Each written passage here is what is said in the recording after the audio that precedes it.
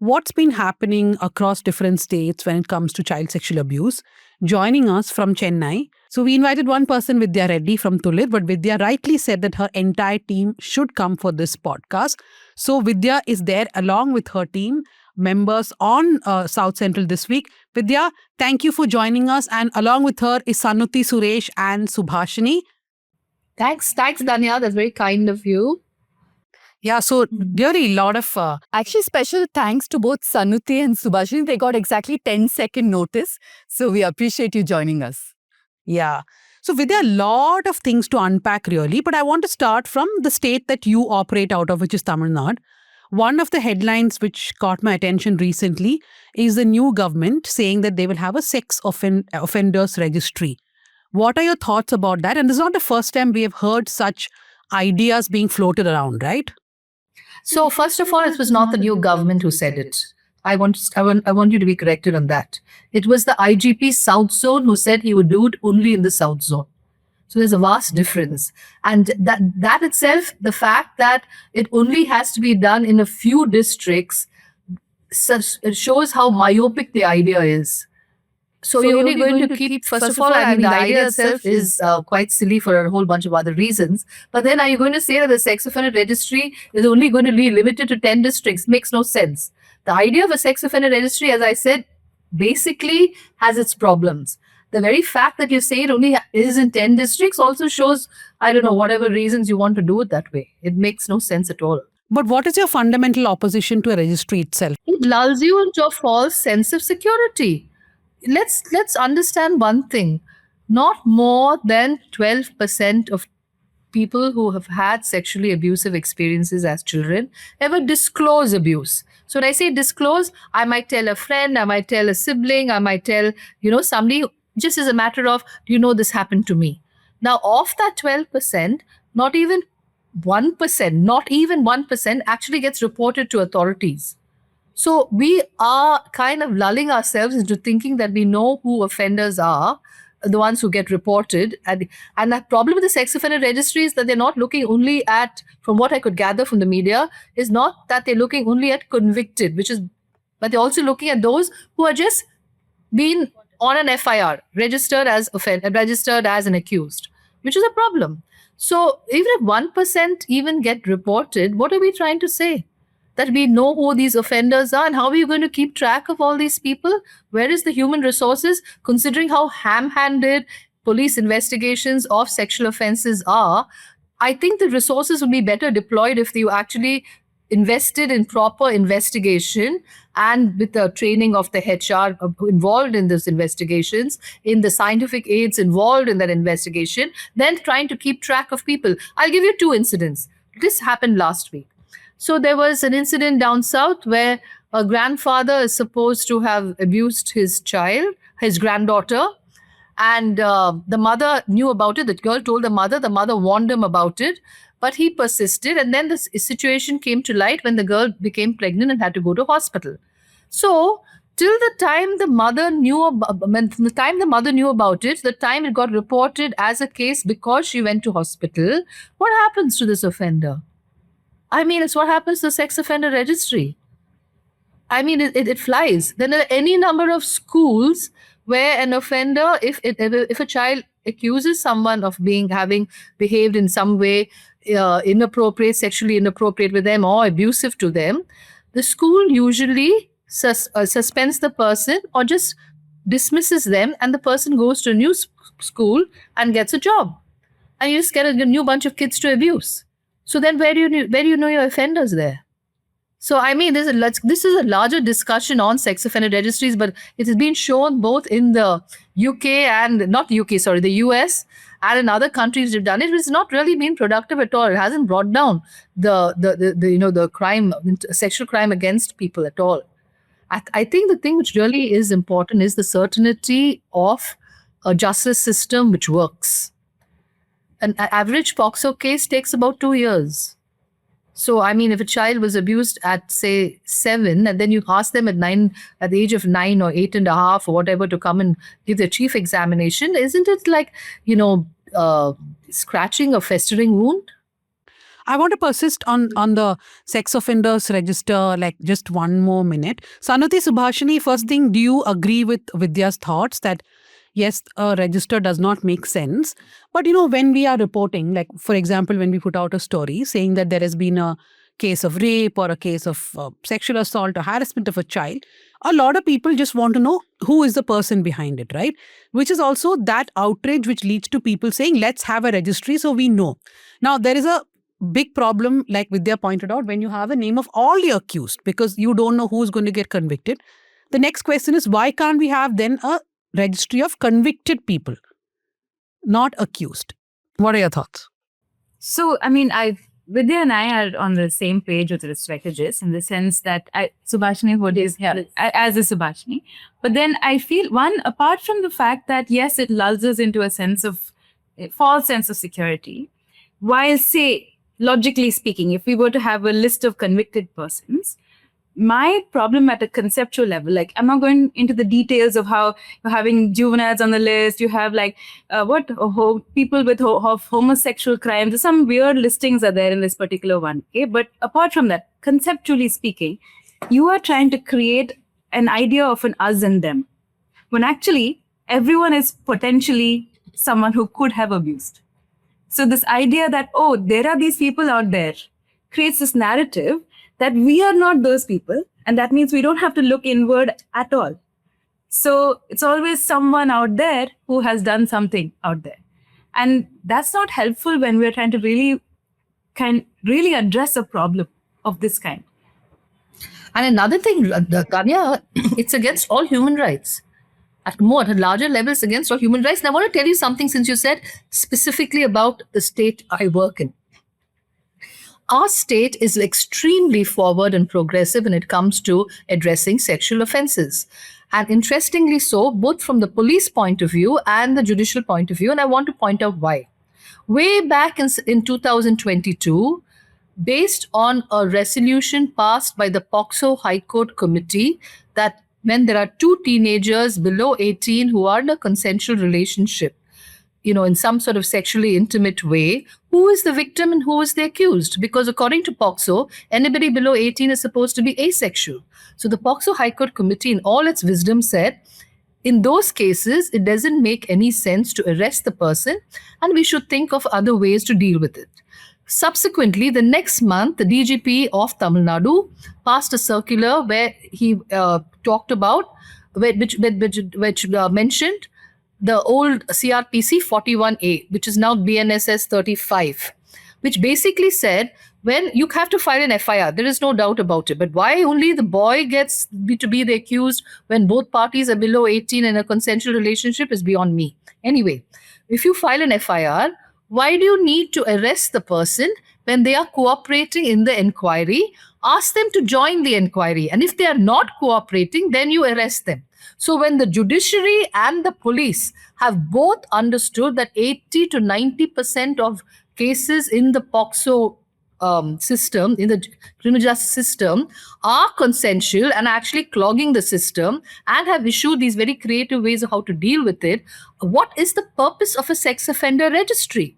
So if I was, say, 17 and I got married to a 19-year-old man and he gets booked under POCSO, then you want my child, and you want me to let people know that my husband and the father of my child were on a sex offender registry? What sense does it make when 80 to 90% of people who are involved in POCSO cases are consensual? Let me tell you one more figure. The former DGP of Tamil Nadu, way back in March 25, in August 24, sometime around that time, he said 854 cases, and it's on record, 854 cases of the POCSO cases are registered by third parties when the kids come to hospital to have a delivery or a pregnancy checkup. And then they find out that they're below 18, and then they register a case. So the families themselves don't want to actually register a case. It's because there is this whole idea of below 18, that you cannot have sex, that a case is registered. And they usually rope in the social welfare extension officer or the rural welfare extension officer or somebody like that. Now, what is the point? What is the point? And then we have another strange system, and I don't know whether it's following in other parts of the country, and I hope not. That if you had a baby when you were 18 years, 6 months, they say, oh, so you actually were in some sort of sexually intimate way that you were able to conceive when you were below 18. And then they book you. So they count backwards. I mean, how much is this witch hunt going to go on? When we also do know, look at the acquittal rates. Obviously, there will be a high acquittal rate. So, but I have a huge problem. Every time there is an offense which comes up, all the politicians go to town saying, oh my God, look at the crime rate, look at the statistics on sexual offenses. Nobody ever gives a reasoned response to those statistics. And you know, and I know there are lies, damn lies, and there are statistics. We can all scrunch and present them the way we want to. End of the rant. Subhashini. So also, more than 90% of the offenders are from the family or from people the child and the family knows. Now, knowing that these people's name is going to be on the sex offenders registry and for how long, for God knows, I don't think a lot of people will come forward. Already the reporting is very less. All the cases that we are dealing with is just a bit of the cases, right? It's a fraction, yeah. Fraction of cases. So after this, if the sex offender registry is going to be on, then I don't know how many people are going to come and report it, because of course their names will be on the registry. So Vidya, the point that you were making, Enfold Proactive Health Trust, which is based out of Bengaluru, they had done a study, I think 2 years ago, in which they looked at 7,064 cases which were registered under the POCSO Act in Maharashtra, West Bengal and Assam. And their study revealed that 23.4%, which is 17,000 cases, were actually romantic affairs between teenagers. This is something that we have done a lot of reporting on. I think Rukmini started the reporting on this in The Hindu many years ago, where everybody has effectively looked at, Shivani Kawa, my colleague, also looked at a lot of cases in Karnataka. But so I feel people don't take all this into account when they just clamor for a sex offenders registry, right? Because these could be young men who were in relationships. Who are still in relationships, who are still in the same relationship. Of course, then people within your family, which like Subhashini said, could deter the family from complaining, because they are thinking if we complain about our father, uncle or grandfather, they will be in this registry. So I hope that for a lot of people listening, Vidya and her team are people who work with children on a day-to-day basis. So they definitely have much closer link to reality, and this is what they're saying. So do give a thought if you have ever supported this whole idea of sex offenders registry. You want to add something? No, I wanted to get your comment on a news report I read a couple of days ago, which said that the Tamil Nadu Commission for Protection of Child Rights has been dormant for about a year. It was due for an administrative rehaul. It doesn't have an administrative head. Now, I want to understand from you, is this a matter of concern? And how would it impact, if it is a concern, not having an administrative head, how would it impact how cases are dealt with, guidelines are given? Does that make a difference at all? So, Pooja, let us understand what the whole Commission for the Protection of Child Rights Act is about. When it was being formed, all of us lobbied very hard for it to be like the NHRC, which has far greater powers. This, to me, was just a tick box to show the UNCRC that we had a ombudsman, we had a commission for the child rights. And successfully over the years, like a lot of our public institutions, it has become very diluted. It's a parking place for political appointments. Not just the state, I'm even talking about the Central National Commission. So frankly, as somebody who has been working on this area for the last 20 odd years, I don't put much store at all in any of the commissions. They're just there. I mean, but it's like tokenistic. One commission which certainly did a lot of work was the First National Commission, first group of people who were the National Commission did a lot of work with Shanta Sinha, Neena Naik. And the Delhi Commission during the AAP regime also did some very interesting work. But I cannot say the same thing. The Assam Commission, it all really depends in bits and pieces. You don't really look at the commission as a guiding force, as a place where you can take your complaints, nothing. I mean, if you're asking me for my opinion, I have absolutely don't put any store for commissions at all. So whether it's dormant and then being resurrected, or whether it continues to be dormant, it doesn't make a difference to anything which could have been done, or which has been done, or which should be done. Vidya, one story we covered a lot last week was this mass murder from Telangana, where there's a man who was accused of harassing a minor, and then he's not arrested. Abusing a minor. Why are we using these euphemistic terms, Ramya? What do you do? What was he harassing, or was there any sort of, what was the thing? I think it's very important to couch the sexual violence in the correct terminology. So what was it? No, so I think initially the case was only that he tried to take her away, so which is why it came under harassment. I don't think he abused or assaulted her. So it was under sexual harassment, but he was still not arrested. I'm not sure of the sections. So I think, Dhanya, the accusation was that he was stalking the minor. Yeah, he was stalking the minor. It was a dispute. It was, two neighbors. Both of them were friendly. Both the families were on friendly terms for a long time. Now, here is a man. His name is Rajkumar. He's married. He has 2 children. And he was friendly with a minor who was living in the neighboring house. And after a point, his behavior started changing, they've alleged. And they went to the police complaining that he's stalking her. He's following her on his bike when she's going to college and coming back home. And in response, when they could not dissuade him from harassing her, they told her that you complete your education from home. You just go and write your exam. And they discontinued her studies. Even that was not enough, because when they went to the police to file a complaint, they didn't take it seriously. He got to know that a complaint has been filed, threatened them saying, I will kill you. But the police thought it's one of those things that people just say and then send them back home. But it so happened he came back after a few days, murdered the entire family, including the minor who he was stalking. And he only spared one person in the family, a specially abled sister of the minor, who was witness to her entire family being slaughtered. So Vidya, my question is that in a lot of cases, we also see that when there is a complaint, the police don't arrest. Now, this is not just in the matter of children, right? We have even seen in couple of cases in Tamil Nadu also, where there are stalking complaints and there's no action. There's only some panchayat type talks that the police does, and then that's it. So, and there's a lot of anger in Telangana against the police now, saying that if you had acted, maybe this guy would have had some fear. What are your thoughts? So it's not just a couple of cases. I think any woman who has been, at the receiving end of sexual harassment in a public space, which I think is all the 5 of us on this show at different points, when we have taken it to the authorities, it's always been dismissed like, I remember in college, you'd say, somebody's stalking me, take another route, take another bus. So it's always a question of not addressing the situation, but how to just circumvent the situation.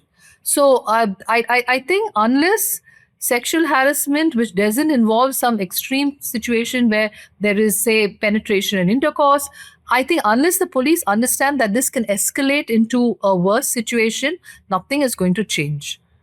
And they will always find ways to minimize this situation. They'll say, look at the way she dressed. Now, I would like to narrate to you all an incident which happened way back in time when I was in college, which is a good, 40 years ago. Yeah.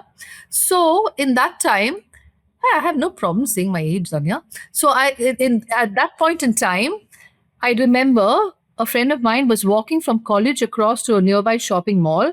And there's a guy who was on a cycle who whacked her on her bottom as he went past. She had an umbrella and she knocked him off the cycle. She kind of swung the umbrella and knocked him off the cycle. Then he got up and he slapped her.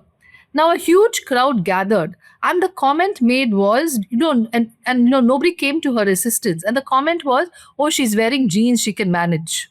That was the comment. Now everybody, compared to say 40 years ago, almost half the population of young women do wear jeans. But the attitude has not changed.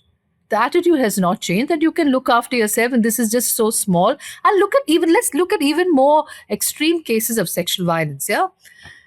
Unless there is a situation or this injury, people don't report it. Every one of our families has this unwritten secret, pub secret kept within the family. Be careful when you're with so-and-so, or don't go near so-and-so. Tell me which family doesn't have this well-kept secret within their circles? All of us have this well-kept secret. Everybody knows you need to be careful, but everybody also just kind of, whispers. It's all in the shadows and nobody talks about it. What are we doing? We're just really emboldening abuser, right? And we're also shutting down children who may have had abusive experiences at the hands of this person from actually talking about it. Because you're just constantly told, that's so and so and let it be, and, etc.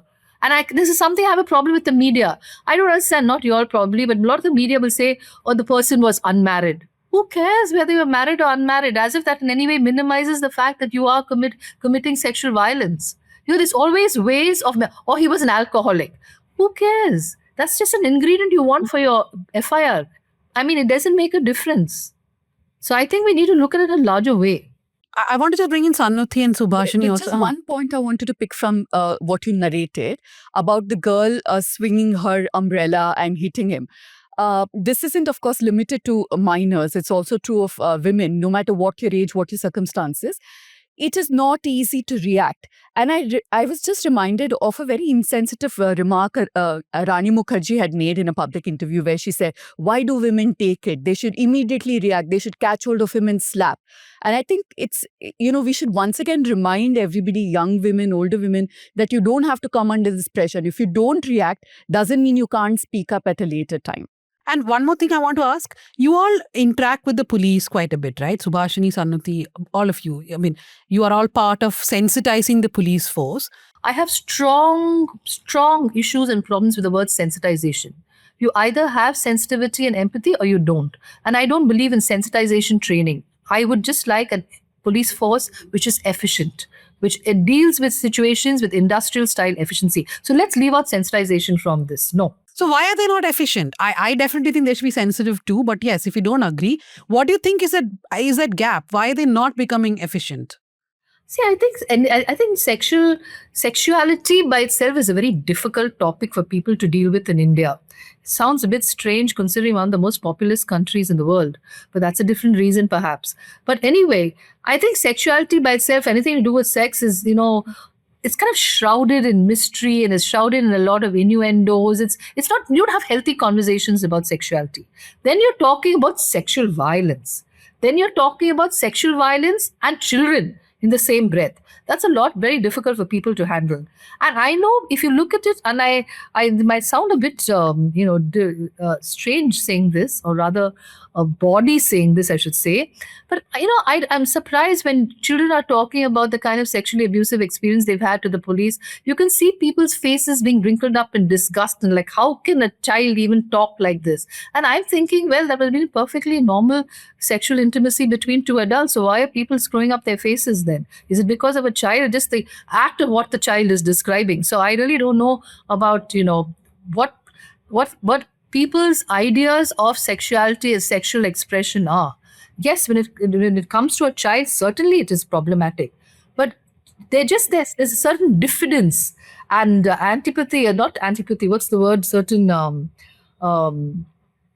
diffidence about dealing with addressing sexual violence. Do you guys have any thoughts, Subhashini, Sanuthi? Just adding to what Vidya was saying, I mean, I don't know if there's one answer to your question about why they are not able to do this. One is definitely that because of the taboo around talking about sex and sexuality, it becomes complicated when you are working with a specific complaint, offense, blah, blah. Okay, there's that kind of automatic blinding that happens. It also happens with, say, other people that we talk to and engage with, say, in like media person spaces or even like schools or colleges, where you say one line about something that is sexual and then it automatically gets reconfigured into something that doesn't sound sexual because the mind is not able to really process it because of how many taboos existed around it. Like, for example, there's this one case where this child just kissed another child on the cheek, okay? And then it was registered as POCSO. And you should also remember that within these taboos, you have the support of a law that explains all these behaviors to be offensive, right? Everything is an offense. The sexual intent equals to criminal intent, which is not really the case, right? They're two separate things. And so if a child kisses another child on the cheek, that's not a sexual offense, especially in that particular situation. That case, it was not. So then they go forward with efficiency, okay, to do a potency test for this child, the boy, okay. And Vidya had she was so curious. She's wondering, like, why did you do this potency test? And First then, of all, yeah. you know what a potency test is? A potency test. No. I think your viewers have to understand. A potency test is to see whether you can get an erect penis. So, and the test which is done to do that, to figure that out, is very humiliating. It's outrageously humiliating, and doesn't really prove anything. And yeah. here's the bit. The funniest bit is when they have to be, really sensitive or whatever, it will not be applied and lots of efficiency will happen. Okay. Like this case where suddenly you're doing a potency test and then Vidya asks them, so why was this done when it was, like a kiss on the cheek thing? And then it was said that only if this boy had potent feelings would he have kissed this girl. Okay. Now, how to understand this? This is not because they're not sensitive. This is like, there is a big gap in just processing this information about, or processing this knowledge or this sense of what is sexual, the sexual in general. So, yeah. So the baseline is basically the police or even us, a lot of people are not ready to accept the fact that children can be sexual. They are just being teenagers and they are just exploring. That's it.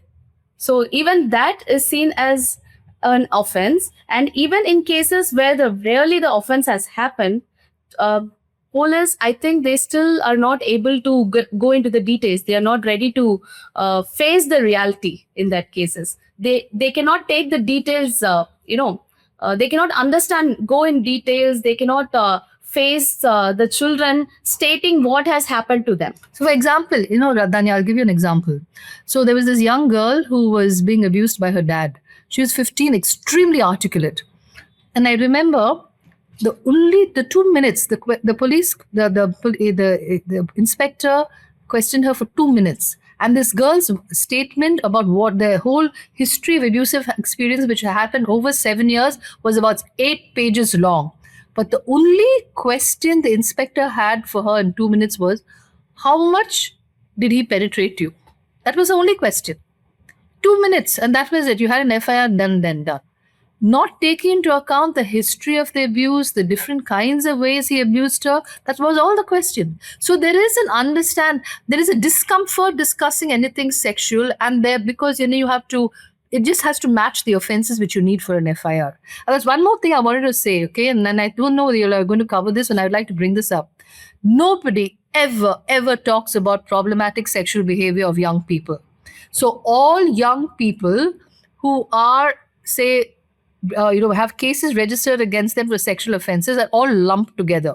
So then you have the consensual intimacy, and then you have this range of behaviors which are problematic but are all lumped into one. So you'll have, say, a 9-year-old boy going into first standard girl into the loo and pulling down first standard girls' panties, for instance. Or you have a 14-year-old boy, having anal sex with a 8-year-old because he's been trained by a 17-year-old who's been watching pornography and asking him to do it. But then these are widely different. There's a whole continuum of problematic sexual behavior. And we don't address this in the way it's supposed to be addressed, in a whole psychological, social way, psychosocial way. We just take them all and put them into an observation home and then think the punitive system of the JJ Act will work. It doesn't. That's one way of responding. The other one is where we just think it'll go. Like you just dismiss. Boys will be like, boys. It's just, okay, it's nothing. It didn't happen. Or you just skip to, suspend the child for a bit from the school and skip to life, saying, oh, you know what, this happened, but you pay attention on studies. That's what you have to do, not all this and all. So it's like what Vidya was saying earlier. One is that it's all about sex. Then on top of it, we are saying that these sexual situations have children in them, where some are consensual, but we're also saying that there may be instances when they harm. How do you respond to the whole gamut? And another thing that people need to realize, a lot of people who have turned into abusers as they've grown into adults will tell you by the time they were in their mid-teens, they did find a sexual interest in children. And if we don't address it then, we're going to escalate into situations which are then going to have a lot more kids who are probably going to be, victims.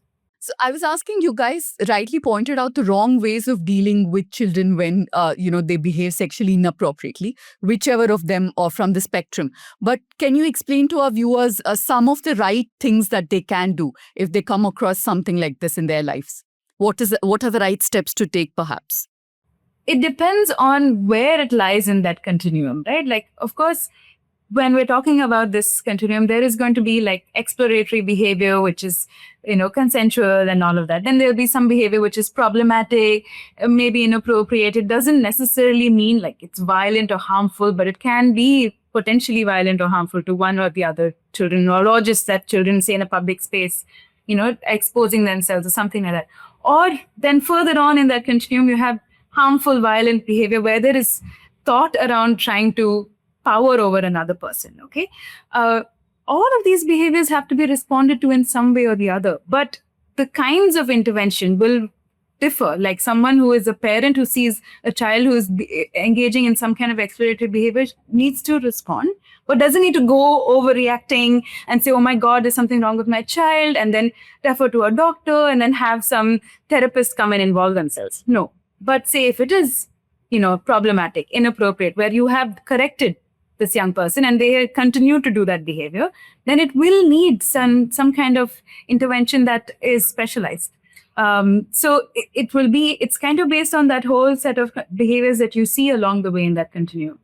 And another very important thing, Pooja, when you talk about the problematic sexual behaviors, the gamut of it, from inappropriateness to reactive to harmful to aggressive, you look at that entire harmful bits range.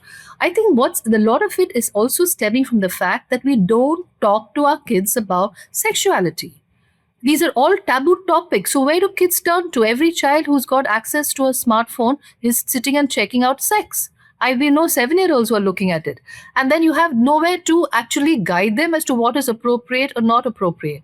Then you have another situation where, for instance, in California, I know does it. I know the UK has a program where they actually talk about pornography to children. And I think people are lying through their teeth when they say that none of them have ever seen pornography. It's almost a rite of passage now. So, but what are the kids understanding the inappropriateness and the unrealistic aspects of pornography? Maybe I'll even go to the extent of say, in some cases, the exploitation aspect of it. But the kids grow up with a very unrealistic idea of sexuality.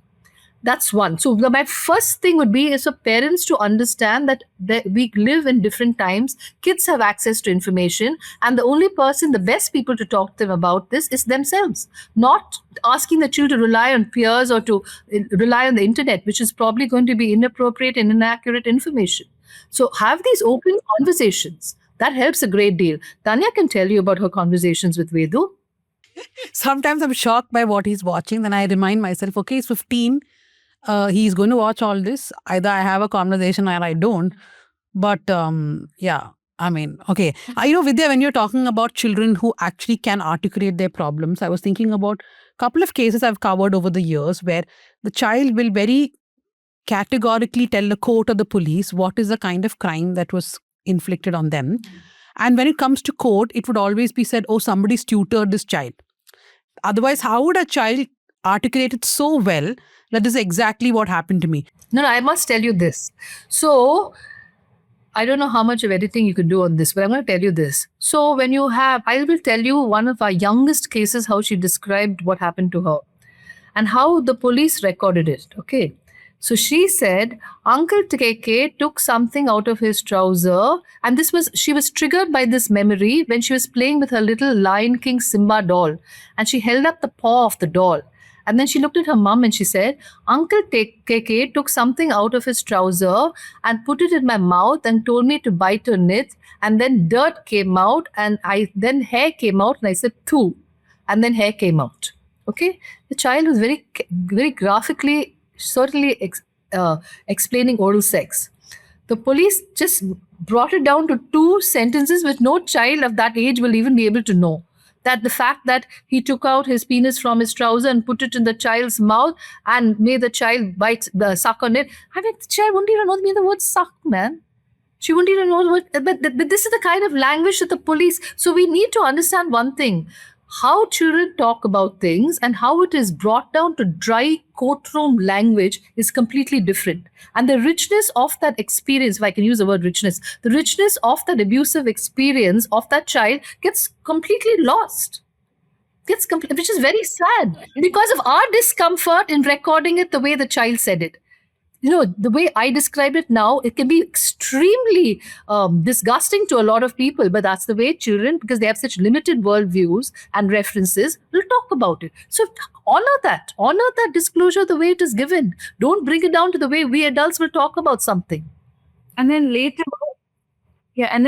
in court, the defense will hold on to these terms and say, oh, but the child did not say penis. Or they'll ask the child, what is a penis? Say this, use this language when that's not the language of the child, right? So you are then checkmating this really young person with their own experience in a courtroom. No, so what I'm saying are of children who are able to articulate, there the court will suspect as to how they're able to use the language. And in other cases, their language is correct. Now, talking about courts, I think I'll ask one more question and we'll wrap up the discussion. Vidya, you must have read this court judgment. I mean, I'm still thinking it's fiction. The Indian Express judgment, which we both discussed about from Hyderabad, the DNA matched, but the family turned hostile and so they acquitted the guy. Yeah, I mean, imagine there is a minor who was pregnant. The DNA is matching the man's, but miraculously the court has acquitted him. I wouldn't use the word miraculously. I would say in extremely silly fashion, the court. That case will definitely not. When it goes to appeal, they'll definitely convict him again. How can if there was no scientific evidence, I will 100% say the guy will get the benefit of the doubt. Here there is irrefutable scientific evidence, and the girl committed suicide. She jumped into the Himayat Sagar lake. It's there. So, I mean, I'm really horrified. I want to see the judgment order to see what was the reasoning of the judge. Because people turning hostile when you have scientific evidence, I mean, it just doesn't wash. But Danya, one more thing you need to understand. There are judges. I called her Ramya again. No, correct this. You didn't just call her Ramya. You said Dara Bara. So for the audience, for many, many years, Vidya has been calling me Ramya, Ranjita, Danya. She will call me whatever she wants. So we maybe forget what I wanted to say. What I'm saying is you need to understand who are the police, who are the courts. They're all people from society who grew up with their own kind of understanding of sex and sexuality. I mean, I'll never forget this classic judgment where the child was abused on her way to school every morning by a security guard en route. And the judge threw the case out of court saying nobody has sex in the morning. Now, there was a different aspect that I thought poor judge didn't have a very healthy sex life. That's a different story. But my point is, this is the understanding of the judge on anything to do with sex. It's sad. And this is the same way. I don't really blame people, but I think people in positions of authority and power like a judge should be a little circumspect in the way they come up with these kind of orders. Yeah.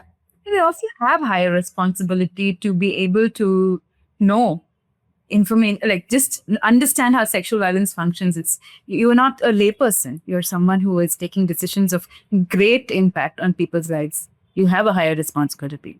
No, but I think some of the most disappointing moments in my journalistic career would have come after reading judgments in some POCSO cases. And I'm wondering, how the hell did they come to this conclusion? Like, remember that case in Bengaluru, Vidya, where the judge kept on talking, the magistrate kept on talking about the mother's clothing, the fact that the mother did a nude chat with the father, and therefore she is not a person of great moral standing, moral character, and just completely made whatever she said redundant. That her I think he was envious. It was a she. It was a she judge. Yeah. Even, oh my God, so what if she could still be envious? By the way, there are two big things you've not covered in your whole thing. What happens usually is the police are the whipping post. And I'll tell you with all due respect to the cops, you can see imperceptibly they have changed over the years because they're at the front line. Everybody's on their case. So there has been some changes. The judiciary is a different story. Let's talk about the health profession. Let's talk about the schools. The schools are one of the biggest places who should take responsibility on safeguarding, who should take responsibility on how they're addressing abuse. Danya, one thing you need to tell your viewers, and this is very important. Any place where children congregate, you are going to have people who chose jobs which give them that kind of close proximity with children to abuse. They are called professional perpetrators. Not that they make abusing their profession, but they choose professions which give them the guise and the proximity to abuse kids, which is why schools, NGOs, coaching centers, all these sports camps, anything which has a lot of contact with children, you should be extremely, extremely careful as to the kind of people who you hire. What are the kind of not background checks, by the way, which is another thing but SORs. This whole thing of police verification, what a joke it is. I got my passport before the police verification was done. So, I think it's really important for people to understand that you're just, such a nice person running a good school. No, I think it's very important to understand these kind of places where they are. So, to me, safeguarding in schools and how the health department addresses sexual violence is also very important. Yeah, most schools take the shortcut of moral policing young children, keeping them away, and I No, have and also had to go through the this. moment somebody in a school is accused of sexual assault, the school will close in ranks like crazy. There was one school in Bengaluru Yeah. which actually hired a lawyer who represents most political people to actually It's very defend high a in gardener. schools, so, yeah. A gardener or someone, I think a gardener who had raped a child. And I was in touch with the mother for many Who years. had penetratively sexually assaulted a child. POCSO purposely leaves out the word rape. Yes. We also actually don't write the word rape when we write about children. Semantics is very important. Anyway, Sanusi, Subhashini and Vidya, thank you very much. It was a very, very insightful session. And Vidya, thank you for not forgetting my name at least thrice. And I would appreciate if after you edit it, you show it to us first before you run it through. I know it's being difficult, but please. There's no time now. Absolutely no time. I promise you I will not make a big noise. I just want to see it. And by the way, you are one of the few people you should be honored that I allow myself to be seen on screen. I do not allow my photos or videos to be ever seen. Yeah. Okay, so we'll go to the recommendations. Pooja, what is yours? This book, I just started reading Ramani Adkuri's book called Staying Alive. I'm moderating a session with her a couple of weeks from now, so I started. She's a doctor who's worked in central India for many, many decades now. And this book is about her experience dealing with people from remote rural areas, tribal areas, and their struggle to access medical treatment. And she's also, apart from, of course, looking at malaria and other such diseases, she's also focused on women and how much more difficult it is for women to access necessary medical treatment. So that's my recommendation. There's this movie called Doubt. It's really interesting, especially in the context of what we're talking about, sexual violence and systems and institutions of power, and how adults sometimes fail to do what they're supposed to do and sometimes don't. So, yeah. And the question of Doubt, what very interestingly also brings up is the kind of he said, she said, I saw, but I think it meant this. The whole confusion which usually shrouds sexual abuse from actually being taken very seriously. If you look at it, we're all the time trying to mitigate and to trivialize and minimize when children talk about it because it's so unbelievable to most of us. You never think of it, take it as seriously as it should. But there's also a movie called State versus Nobody. Court. State versus Nobody. Telugu film. Telugu film. It's about teenagers in a romantic relationship and how this POCSO Act sees them. So, Doubt, Court, and The Hunt, all three should be watched together to really kind of understand it because of the complexity. Yeah. And I can tell you a whole bunch of movies which you should not see because they give you a terrible idea of what child sexual abuse is about. We don't have that section. We don't have that section, not recommendation. Okay, my recommendation is a series that journalist Rajshekhar has done for The Wire.